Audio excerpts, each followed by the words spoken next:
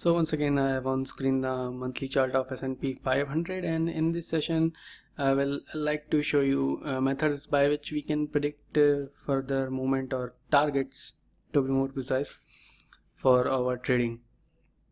So in this chart, as we have already seen a multiple number of times, we have the wave count something like this, and we are looking for the fifth wave to be or we are looking at the fifth wave, which is still under progression. So all in all, we will actually look at the targets for the fifth wave. So there are basically two methods by which we can do it, and let me elaborate on that. So first thing we can use is the Fibonacci levels, which is determined by using the extension tool, Fibonacci extension tool. And the second thing that we will take help of is the guideline of equality. And the guideline of equality is something that I have already discussed with you in quite a detail in the module named as guidelines that give us clues. So you should refer back to it so that you are very clear of what we are going to discuss here. And other than that, Fibonacci level or extension levels is a concept that I have not completely elaborated beforehand. So I will be adding a resource or a PDF document, so you should download it and have a look at the important levels and how they are used. And other than that, I will discuss that in detail over in this session also. So let's just first have a look at this Fibonacci level and extension thing. So what this method uses is the entire measurement of wave 0 till the ending of wave 3, or the entire movement from the starting of the wave till the ending of wave 3 is what we measure. And after measuring this length, we project the extension from the starting point of the fifth wave or the ending of the fourth wave. After we have projected this, we look at the ratios of 0.382, 0.5 and 0.618.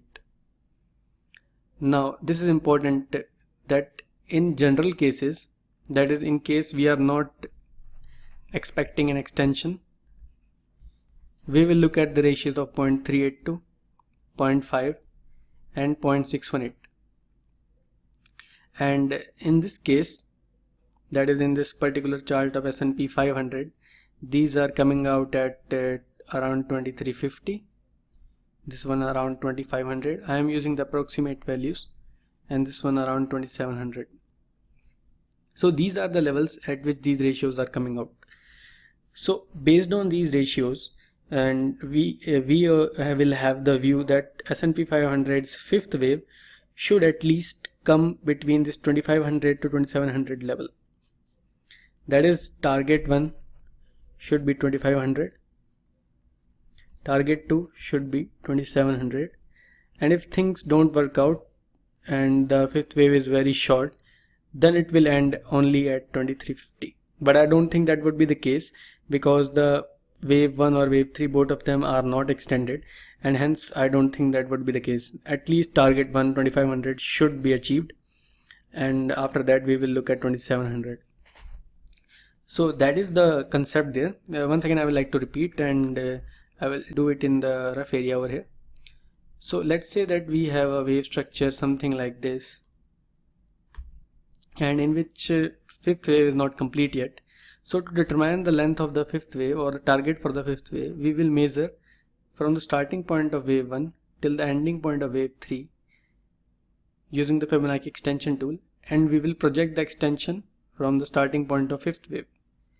And after doing that, we will look at the ratios of 0.382, 0.5 and 0.618. And these are what we will use as our target 1, target 2 and target 3. So that is how we determine the length of the fifth wave. And based on this interpretation, we just looked at the length for the fifth wave in this S&P 500 chart should be around 2500 to 2700. at least, that is. Now there is also another factor that we have to consider, and that is called the guideline of equality that I already stated before the start of this lecture, and we will look at that concept in the next session and see how that helps us determine or look at things in even better perspective.